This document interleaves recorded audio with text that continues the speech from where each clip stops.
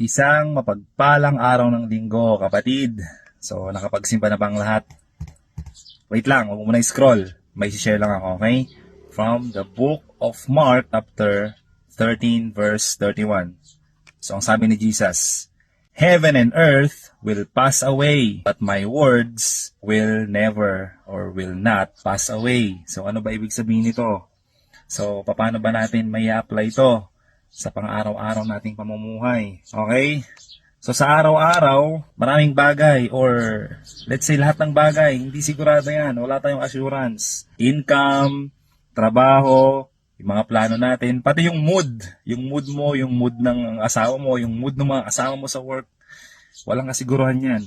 Okay? Yung mga mood ng mga tao sa paligid natin, hindi natin alam. Alright? So, pero may isang bagay lang ang stable. Ano yon? So, isang bagay na stable, hindi nagbabago. Kababasa lang natin. Yung salita ng Diyos. So kapag pagod ka sa work, mabagal ang benta, mahina yung business, may problema sa pamilya, may problema ka sa karir, may problema kayong mag-asawa, may problema sa pamilya mo, may uncertainties sa future. So alalahanin natin, ang pangako ni Jesus hindi nag-expire.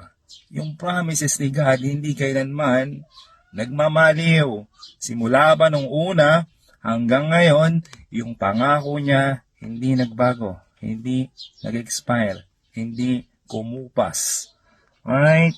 So, ang mundo natin, nagbabago yan. Daming kaganapan. Yung sitwasyon, nag-iiba. Yung sitwasyon mo, iba yung sitwasyon mo ngayon. Bukas, iba na naman yung sitwasyon. May uncertainties. So, pero ang salita ng Diyos, the Word of God, is steady. So, kaya bago ka magsimula ng araw, so bago natin simulan yung araw, hawakan muna natin yung salita ng Diyos. Hawakan natin yung salita niya, okay? So, doon tayo kukuha ng lakas at kapayapaan.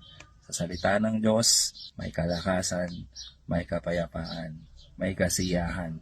Okay? Because daily life stability is not found in circumstance. It is found through Christ. Ito natin. Because in daily life, stability is not found in circumstances. It is found through Jesus Christ, our Lord and Savior. Amen. God bless you.